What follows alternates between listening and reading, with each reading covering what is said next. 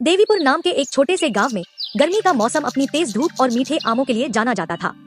हर साल गांव वाले आम के मौसम का बेसब्री से इंतजार करते थे, क्योंकि यह केवल एक फल नहीं बल्कि खुशी और आमदनी का भी स्रोत था। गांव में हरि नाम का एक बूढ़ा किसान रहता था। उसके पास एक छोटा सा खेत था जिसमें कुछ फसलें थी, लेकिन उसकी सबसे कीमती चीज उसके खेत के बीच खड़ा एक बड़ा आम का पेड़ था। वह पेड़ बहुत पुराना था, जिसकी मोटी शाखाएं और गहरी जड़ें थी, और वह पूरे गांव में सबसे मीठे आम देता था। हरि उस पेड़ को अपने परिवार के सदस्य की तरह प्यार करता था।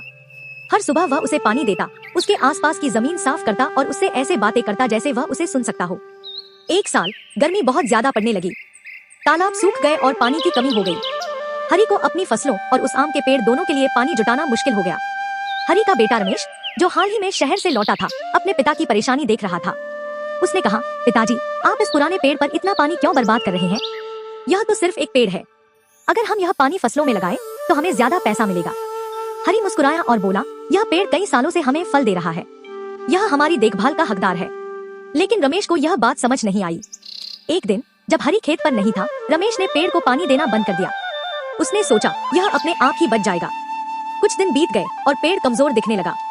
उसके पत्ते पीले पड़ने लगे और शाखाओं पर कम आम आने लगे। हरि ने यह बदलाव देखा और बहुत दुखी हुआ।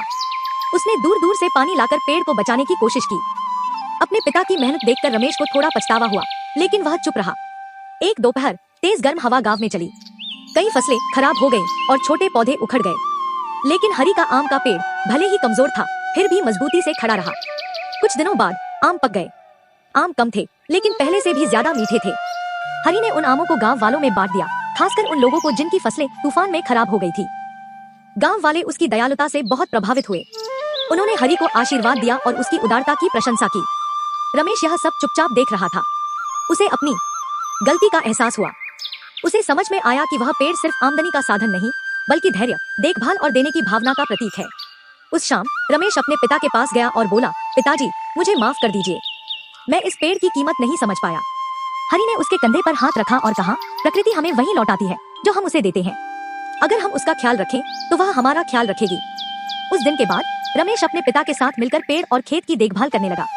उसने प्रकृति का सम्मान करना और जल्दी मुनाफे से ज्यादा धैर्य को महत्व देना सीख लिया।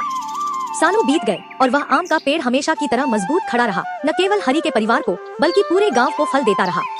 सीख: जब हम प्रकृति की देखभाल प्यार और धैर्य से करते हैं, तो वह हमें पैसों से कहीं बढ़कर इनाम देती है। कहानी पसंद आई तो अभी सब्सक्राइब करें और ऐसी ही शानदार कहानियों के लिए कमेंट करना न भूलें। धन्यवाद दोस्तों।